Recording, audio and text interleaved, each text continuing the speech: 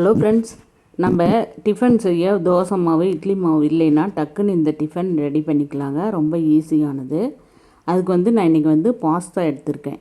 Pasta இது சிறுதானிய பாஸ்தாங்க.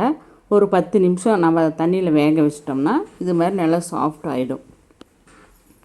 அது தாளிக்கிறதுக்கு பெரிய வெங்காயம், பச்சை பட்டாணி, கேரட்டு, பீன்ஸு, ஒரு தக்காளி எல்லாம் போட்டு வணக்கி, ஒரு ஸ்பூன் இஞ்சி பூண்டு பேஸ்ட்டு போட்டு வணக்கிங்க.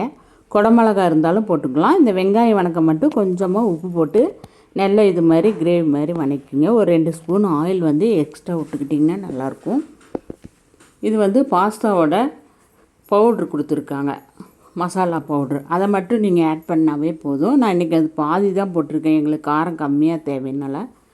நீங்கள் வேணும்னா அது ஃபுல்லாக கூட போட்டு இது மாதிரி ஒரு 2 நிமிஷம் நல்லா வணக்கிட்டிங்கன்னா அந்த மசாலாவோட பச்சை வாசனமெல்லாம் போயிடும். பாருங்கள், அந்த எண்ணெயிலே நல்லா வணக்கிட்டு இந்த அளவு நல்லா வணங்கினதுக்கப்புறம் நம்ம பாஸ்தா வேக வச்சுருக்கோம் பாருங்கள், அதை அதில் ஆட் பண்ணி நல்லா கிளறிக்கணும். அந்த மசாலா எல்லா பக்கமும் படுற மாதிரி நல்லா கிளறி எடுத்துக்குங்க.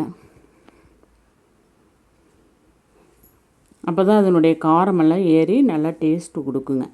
இதுக்கு கொஞ்சமாக கொத்தமல்லி தழை தூவிட்டு, கொஞ்சமாக சோயா சாஸ் ஒரு ஸ்பூனு, டொமேட்டோ சாஸ் ஒரு ஸ்பூனு, சில்லி சாஸ் ஒரு ஸ்பூனு. சில்லி சாஸ் நீங்கள் நாங்கள் காரம் அதிகம் தேவையில்லாதனால அதுக்கு ஆட் பண்ணல. டொமேட்டோவும் சோயா சாஸும் ஆட் பண்ணோம்.